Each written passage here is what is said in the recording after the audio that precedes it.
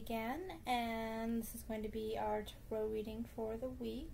And once again, it's going to be a 5-card reading, and I'm going to be using the same deck I was using the week before last, before I went on my trip and didn't have access to internet. Okay, so let's get started with that, and here we go. Okay, your first card for the week was the Emperor, and this is a right side up card, which means it plays out on a more external stage, and this kind of makes sense for this particular card. It's a major arcana, the Emperor. I get the feeling it's something about the government, someone just big that's in charge, maybe your boss. But I'm kind of seeing government because it's not really in your personal circle. It's more an outside force working on you. You're going to be dealing with the government telling you where things go or how things need to be put away or just putting things in the right place. That's what you're going to be dealing with in the beginning of this week. Someone coming in from the outside and telling you what needs to be done. That sort of thing. That's pretty much what this beginning of the week is going to be about for you guys. Okay, in the middle of your week is the Page of Swords. And this is it's an interesting card. I'm getting a lot of thoughts on that. There's going to be a changing of thought patterns, and someone from the outside is going to come in and actually help you remain intact when there's a lot of chaos going around you. I'm just getting a really big impression of, I see the sword that she's got in her hand. It kind of looks like a guardian angel or something is coming in here. That's protecting the child inside of you.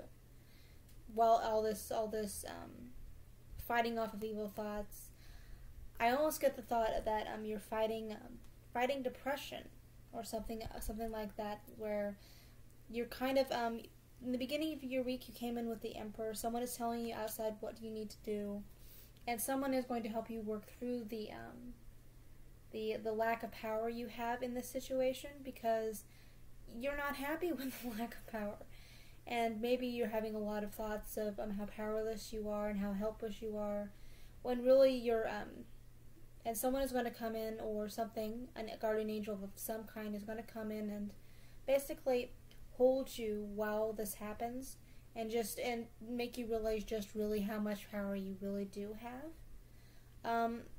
or something to that effect, and just holds you during this time. There's a lot of stress and a lot of bad thoughts or dark thoughts that are happening around you, and this one person is keeping them at bay and keeping you intact. And so it's going to be a difficult time, but it's going to be a very healing time as well. I get the idea this is a person, but it could be a guardian angel. I'm seeing the sword in her hand, and guardian angel comes to mind. Gabrielle comes to mind. I've been thinking a lot about her, so that might be just me intruding on that. But yeah, that's what it looks like. Someone's coming and swooping in and is keeping you intact while this chaos is going around, and it's not internal chaos.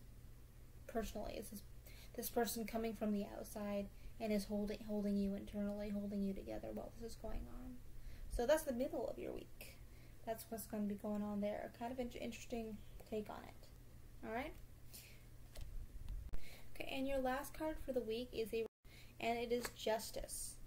And the details that I'm seeing in this card are Justice is standing in the middle here, and she's being held up by the tree. And she's also being held in place by the tree, so she can't move. So she can't influence the scales, or it cannot be influenced by her. And she's also got her eyes closed. And the scales that are in here are balanced, of course. And she's got the feather of truth on the scales, or near the scales, but the thought is there.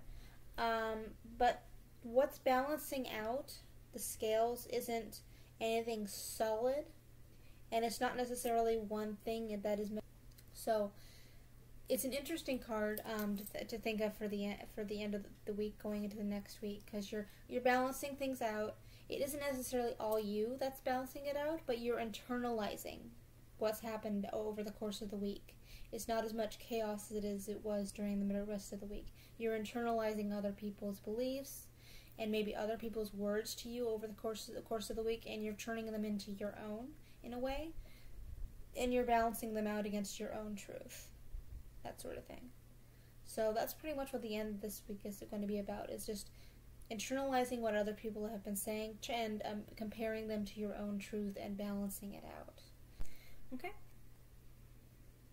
Okay, so the fourth card for this week is what you cannot control, and this is the Eight of Swords. And the Eight of Swords is, personally, I think it's about asking for outside help. You could not avoid asking for outside help, and this is kind of goes back to the beginning of your week. This was beyond your control. You had to ask for outside help because you were stuck. The situation around you, you were stuck. That was beyond your control. You were stuck in this situation. You have to ask for outside help to get you out of this situation.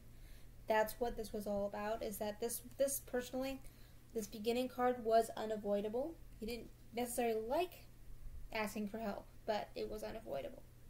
Okay? That was what you could not change.